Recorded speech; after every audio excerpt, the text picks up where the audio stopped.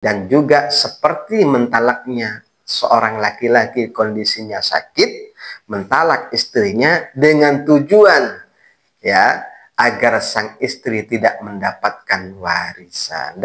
Assalamualaikum warahmatullahi wabarakatuh. Bismillahirrahmanirrahim. Alhamdulillahirabbil alamin. Wassalatu wassalamu ala asyrafil anbiya'i wal mursalin. Sayyidina wa habibina wa maulana Muhammadin wa alihi wa ashabi ajma'in, amma ba'du. Kaum muslimin dan muslimat rahimakumullah. Kesempatan kali ini saya ingin membahas tentang pembagian talak, dikarenakan masih ada saja saudara-saudara kita yang kurang memperhatikan masalah talak ini waktunya. Karena ada saat-saat kita itu haram mentalak istri, ada juga yang wajib. Jadi bagi kaum muslimin dan muslimat, alangkah baiknya kalau kita tahu tentang kapan kita wajib mentalak istri dan kapan kita itu haram mentalak istri. Artinya wajib itu kalau dilaksanakan ya berpahala, haram kalau dilaksanakan ya berdosa. Seperti itu. Kemudian apa talak itu sendiri? Di sini saya membacakan sebuah referensi atau kitab namanya Nihayatuz Zain, karya ulama Nusantara Syekh Nawawi Al-Bantani. Di situ dijelaskan faslun fit talaqi, fasal menjelaskan tentang talak. Wahwa, apa itu talak? Hallu uqdatin nikah, yaitu melepas ikatan pernikahan. Ya, bilafdhi talakin, dengan menggunakan lafaz talak, wa nahwihi, dan sejenisnya. Wa ta'tarihil ahkamu al-khamsatu, dan talak ini mencakup 5 hukum, artinya hukumnya ada 5. Fayakunu wajiban, ada kalanya talak itu wajib, ya. Wa yakunu haraman, dan ada kalanya juga haram, ya. Wa yakunu manduban, dan ada kalanya juga mandub, ya. Mandub itu sunnah, ya. Wa yakunu makruhan, dan ada kalanya juga makruh. Wa yakunu mubahan, dan ada kalanya juga mubah. Sekarang ini yang saya akan jelaskan adalah talak yang haram. Ya. Kapan talak itu haram? Apa alasannya? Ya. Wa yakunu, dan talak ini ada yang haram, haraman, ada yang haram, kal bid'i, sebagaimana talak bid'i. Wa huwa, apa talak bid'i ini? Talaku madkhulin biha, adalah mentalak perempuan yang pernah dijima, ya, fi haidin, saat haid. Maksudnya bukan menjima saat haid, Pak, bukan. Bila iwadin minha, tanpa iwad, ya, dari perempuan ini. Maksudnya adalah mentalak istri sampeyan yang istri sampeyan itu sudah pernah digauli. Ya, digauli saat waktu suci. Kemudian saat haid itu ditalak oleh Anda, maka hal yang seperti ini termasuk talak bid'i, ya, talak yang diharamkan oleh syariat. Masalah jatuh talaknya dan tidak itu tetap jatuh, Pak, meskipun di sini ada khilaf, ya, ada khilaf ulama. Akan tetapi yang lebih kuat pendapat ini adalah pendapat yang mengatakan bahwasanya mentalak istri saat haid, ya, dan istri ini pernah dijima sebelum-sebelumnya, maka ini haram hukumnya dan talaknya tetap terjadi. Ini yang pertama. Ya. Jadi perlu diperhatikan, ya, perlu ditanya ke istri, apakah kamu saat haid? Nah, solusinya bagaimana agar tidak terjadi keharaman? Ya, rujuk dulu.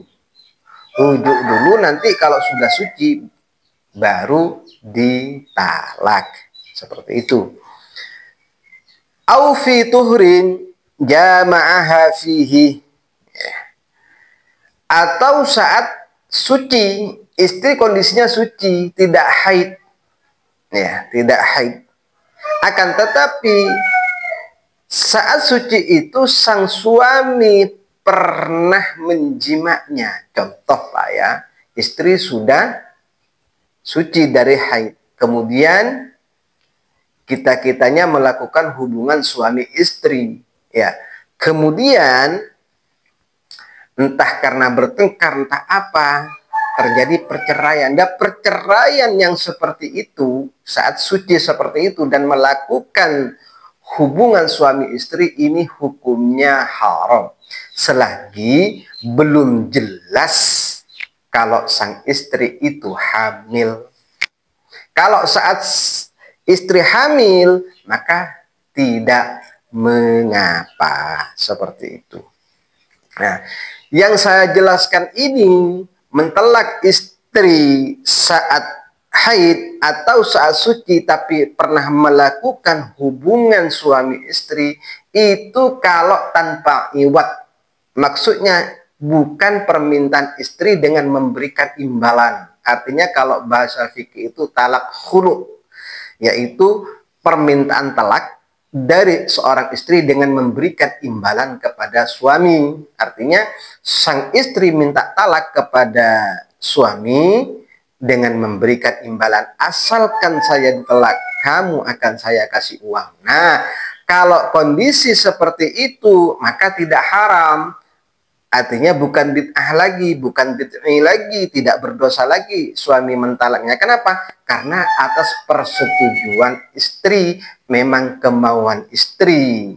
Seperti itu. Seperti itu Pak ya, paham ya? Nah, kenapa haram? Kenapa syariat itu kok mengharamkan mentalak istri saat haid ini? Alasannya Pak, karena memperpanjang masa iddah istri. Perpanjangannya di mana? Karena di saat haid itu tidak dianggap melaksanakan iddah. Artinya wanita kalau sudah pernah haid, ditalak istrinya, ditalak suaminya, maka iddahnya itu adalah salah satu quru. Al-qur'u di sini ada dua ulama yang mengatakan maknanya, yang pertama suci, yang pertama haid. Ya. Kalau mengikuti pendapat yang mengatakan bahwasanya al-qur'u ini adalah suci, maka saat haid tidak dianggap dia melakukan iddah. Oleh karenanya dia itu sang suami itu haram mentalak istrinya. Ya karena ini memperlama, yatadarraru bimuddatil iddah. Ya. Membahayakan istri, ya, menyengsarakan istri dengan lamanya masa iddah. Seperti itu. Karena iddah saat haid itu tidak dianggap, Pak. Yang dianggap itu adalah muddatat tuhrih, masa suci. Ini kalau mengacu pada pendapat bahwasanya al-qur'u itu adalah suci. Kalau mengacu pada pendapat al-qur'u itu adalah haid, tetap Pak, tetap tidak dianggap masa terjatuhnya talak saat haid. Masa haidnya itu tidak dianggap. Ini yang dijelaskan oleh Ibnu Qudamah.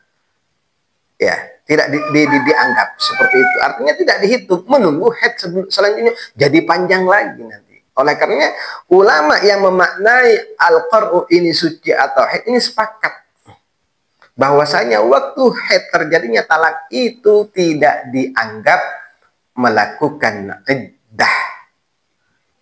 Oleh karenanya menjadi panjang nanti Pak. Seperti itu. Pertama mentalak istri saat haid, kedua mentalak istri saat suci tapi pernah dijima, ya, di waktu suci itu. Kemudian yang ketiga, wa katalaqil maridi biqasdi hizmani zaujati minal irsi. Dan juga seperti mentalaknya seorang laki-laki kondisinya sakit, mentalak istrinya dengan tujuan, ya, agar sang istri tidak mendapatkan warisan. Dan talak yang seperti ini juga haram Pak, karena ada tujuan ini kurang baik. Hirmanuz zaujati minal irsi, menghalangi istri mendapatkan warisan. Karena ketika istri sudah ditalak kemudian sang suami meninggal dunia dengan sakitnya itu, sang istri yang ditalak ini tidak mendapatkan harta warisan karena sudah bukan istrinya lagi. Seperti itu.